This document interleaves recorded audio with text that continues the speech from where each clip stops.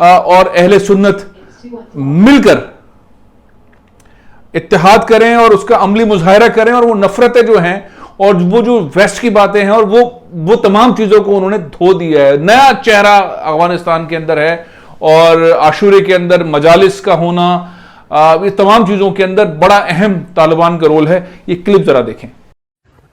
اعلی تبلیغات میشه که امارت اسلامی افغانستان خدا نخواسته مخالف اهل تشیع است. یک گپ برات واضح کنیم، ممالک کشورهای جهان را باید گپ را بشنوه، همسایه ها را همین پیغام میگویم، او را باید بشنوه که امارت اسلامی افغانستان نظریه داعشی نداره. امارت اسلامی افغانستان با اونمو مسلک اهل سنت والجماعت کی نمی 1400 سال بود، با این نظر و فکر هست. اب میں آپ کو دکھاتا ہوں ہرات میں کہا گیا ہے کہ جتنی مجالس ہو رہی ہیں امام بارگاہوں میں، مساجد میں، کہیں اور جلوس نکل رہے ہیں، اس کی حفاظت طالبان کی ذمہ داری ہے. ٹھیک ہے، یہ نوٹیفیکیشن نکلا ہے، یہ نوٹیفیکیشن دیکھیں. اب معاملہ آ جاتا ہے کہ سارے سین کے ساتھ ساتھ مجھے شہر کا نام نہیں معلوم، لیکن مجھے ایک بہت اہم دوست نے یہ بھیجا ہے کہ انتظامات ہو رہے ہیں. ماتمی جلوس، عزاداری کا جلوس نکلے گا، جائیں گے تو وہ گیٹ بنایا گیا ہے، ایک دکان ٹائپ کا، چھاپڑا ٹائپ کا ہے، اس پہ وہ ایک صاحب ہیں، وہ چیزیں دکھا رہے ہیں، پرچم دکھا رہے ہیں، بیچنے کے لیے بیٹھے ہوئے ہیں، وہ زنجیر زنی کے لیے جو زنجیریں رکھی وہ بھی دکھا رہے ہیں. گیٹ تیار، سب کچھ ریڈی. یعنی کہ بہت وہ جس کی ہم بات کر رہے تھے، جو خوف تھا، جیسے پاکستان کے اندر ہوتا ہے، حکومت، رینجرز، پولیس پورا کارڈن کر کے، پورا راستہ بند کر کے، پورا احترام کے ساتھ عزاداری اور جلوس نکلتا ہے، اسی طریقے سے انتظامات ہو رہے ہیں. بہت اچھی بات ہے. کلپ دیکھیں آپ ذرا. د محرم شپې ورځې دوی دروازې هم جوړې کړې د غزنی ښار کې د اسلامي امارت مجاهدینو تسلط ده.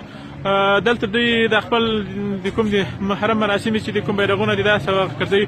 غواړو له دغه یو بیرغ خرڅونکي سره خبرې وکړو. خودت معرفی کو بیادر. مدارس هستم، یک از باشندگان ولایت غزنی. خودت چی کار می‌کنی اینجا؟ اینجا ولی 50 سال عمره. یا چه خاطر است، چه قصه است؟ از خاطر محرم است. چی سودا می‌کنی؟ تا یک چیز برام معرفی کو چی است؟ توپای نو هست، زنجیر است، مال است، پرچم‌های کلام است، خورد است. لباس است، لباس های سیلزنی. اینی چی است؟ اینی زنجیرها داره ای؟ زنجیر است. اینو چه رقم منه؟ اینو زنه. در روزای محرم؟ در روزای محرم. این دیگه چی شما است؟ در مذهب شما دیگه می است؟ در مذهب ما می است. چه رقم است مجاهدین امرای شما رویهشان خوشحال هستین یا نه؟ حال خود بدی ندیدیم. از این بعد ان شاء الله چیز نیست. ان شاء الله. مردم شما، مردم اهل تشیع از مجاهدین چه رقم است خوشحال هستین یا نه؟ فعلا خود بدی ندیدیم. بازم مشکل نیست ان شاء الله. بی‌اطمینان باشین، هیچ گپ هم نیست. مجاهدین امارت اسلامی امرای شما است.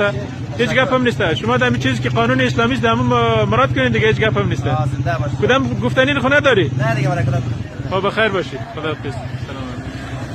اب جو میں آپ کو پڑھ کے سنا رہا ہوں، یہ ایک جرنلسٹ ہیں، انہوں نے ٹویٹ کیا ہے، ان کا ٹویٹ بھی دیکھتے جائیے ساتھ. اور ساتھ اور بھی خبر میں مزار شریف سے ایران کے ریڈیو اور ٹیلی ویژن کے مطابق اہل تشیع آزادی سے اپنی سرگرمیوں میں مصروف ہیں. یہ ایران کا ٹی وی ہے اور ریڈیو ہے جو یہ بتا رہے ہیں. ادھر شہر ہرات میں طالبان نے ادارہ تبلیغیات و تعزیرات سے اپنی فورسز کو شیعہ مراکز کے تحفظ پر مبنی حکم نامہ جاری کیا ہے، جس کا میں آپ سے ذکر کر رہا تھا. حکم نامہ جاری کیا ہے. ذرائع کے مطابق افغان طالبان کی طرف سے جاری حکم نامے کا متن کچھ یوں ہے: شہر ہرات میں اہل تشیع بھائیوں کی متعدد مساجد اور امام بارگاہیں واقع ہیں، لہٰذا موجودہ حالات میں مسجد اور امام بارگاہوں کے لیے کسی بھی قسم کی رکاوٹ پیدا نہیں ہونی چاہیے.